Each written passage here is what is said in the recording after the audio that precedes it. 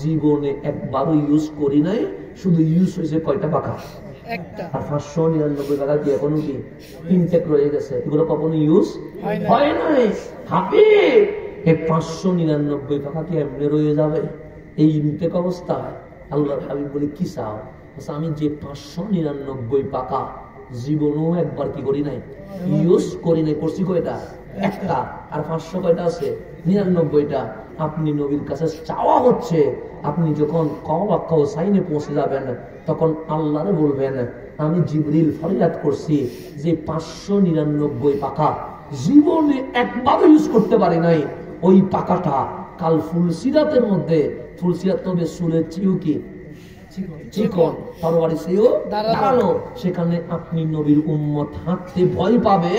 আমি জিবরিল চাই ওই ফুলসিরাতে 599 পাকা বিছিয়ে দিব, ওই পাকার উপর আপনার উম্মত হেঁটে জান্নাতে চলে যাবে। সুবহানাল্লাহ। এটা জিবরিল কাদের খেদমত করতে? আমাদের খেদমত করতে। আমরা কেমন দামি বুঝেননি এখন? নিজেরে না চিনলে আর কারে চিনবেন? নবী চিনবেন কেমনে? নিজেরে চিনেন। জিবরিল বলে আমার 599 পাকা একবার ইউজ। আমি চাচ্ছি আপনি নবীর মাধ্যমে রহমানের কাছে এই 599 পাকা যেটা একবার ইউজ হয় নাই, এটার উপর ফুলসিরাতে আপনি নবীর উম্মত হেঁটে হেঁটে জান্নাতে চলে যাবেন। সুবহানাল্লাহ। আল্লাহর রাসূল বলেন ঠিক আছে আমি বলবো, ঠিক আছে আমি বলবো। হাবিবুল্লাহ গেলেন কোথায়? মেরাজ।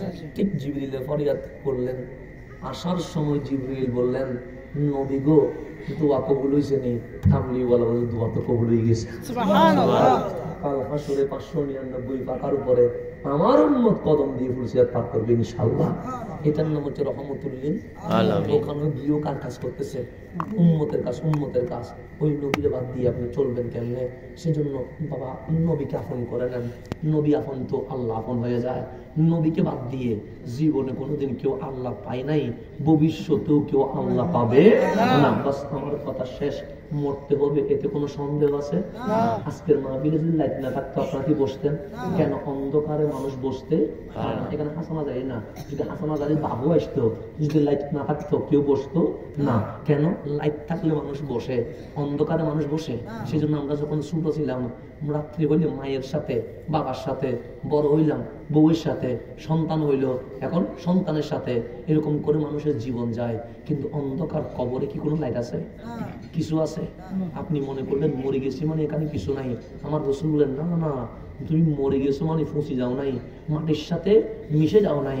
আমার রাসূল বলেন ইন্নাল আবদা ইজা উদিয়া ফি কবরিহি, যখন বান্দারে কবরে রাখা হয়, কবরে যখন সবাই মাটি দিয়ে চলে যায়, এখন বাবা চলে যাচ্ছে, চাচা চলে যাচ্ছে, মামা চলে যাচ্ছে, ফুফা চলে যাচ্ছে, বন্ধু চলে যাচ্ছে, আপনি আছেন কিসের ভিতরে? কবরের ভিতরে। জানালা আছে, দরজা আছে, কিচ্ছু আছে? এখন আওয়াজ যাওয়ার মতো কোন সুযোগ আছে?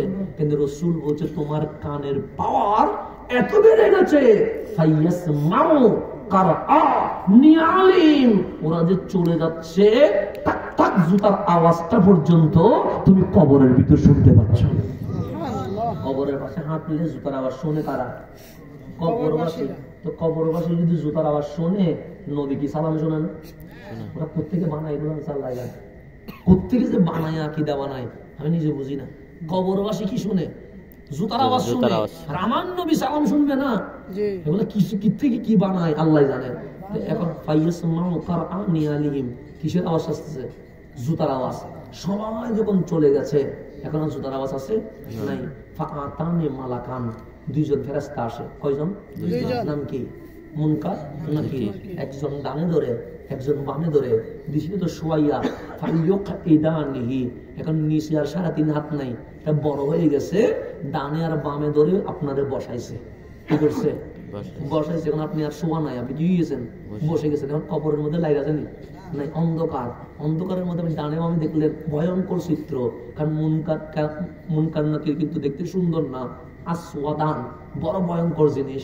এখন আপনি দৌড় দিতে চাইলেন না, মুনকার নাকির বলে চাষ কই, এটা কিন্তু বাংলাদেশ পাইছে যে বৈরব থেকে টাকায় চলে যাবে, এটা তো কবর, এখানে ফালানোর কোনো সুযোগ নাই। আপনি চিল্লেন বাবা অন্ধকারে আমার ভয় লাগে, মনে করেন নাকির বলে এখানে বাবা আসবে না, কারণ এটা কবর, কবরে বাবা আসে না। তখন বললেন মা শাড়ির আঁচলটা দাও না, আমার যে ভয় লাগে, মনে করেন নাকির বলে এখানে মা আসে না।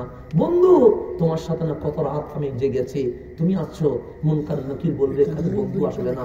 পিছন থেকে হঠাৎ আওয়াজ আসছে, আজকে তোর বাবা আসে নাই। আপনি বললেন আমি অন্ধকার কবরে, আমার বাবা তো আসে নাই। তোর মা আসে নাই? বললাম না আমার মা আসে নাই। তোর ভাই আসে নাই? আপনি বললেন আসে নাই। তোর বন্ধু আসে নাই?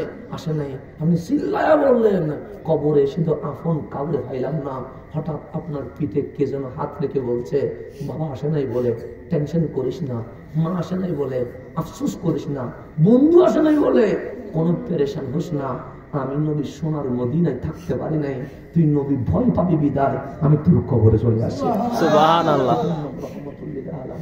আমি এই জন্য নবী নবী করি বন্ধু, কোন বক্তা আমার কবরে যাবে না, আমার নবী আমার কবরে যাবে। কোন বক্তা আমারে এক গ্লাস পানি দিতে পারবে না, আমার নবী আমাকে হাউজে কাউসারের পানি দিবে। কোন বক্তা আমাকে মিজানের পাল্লায় একটু সান্ত্বনা দিতে পারবে না, আমার মিজানের উদ্ধার করবে উনি রহমতুল লিল আলামিন। আমার কোন বক্তা আমাকে ফুলসিরাত পার করাইতে পারবে না, কিন্তু যিনি নুরানি হাত দিয়ে আমার গর্দান ধরে ফুলসিরাত পার করাবে উনি রহমতুল লিল আলামিন। আমার রাসূল বলেছে একটা উম্মত যদি জান্নাতের বাহিরে থাকে আমি নবী জান্নাতে ঢুকবো না। সুবহানাল্লাহ। দেখেন সবাই আমি নবী যাব, কে ঢুকছে না ঢুকছে দেখবো না, আপনি দেখবেন না কে ঢুকছে না ঢুকছে,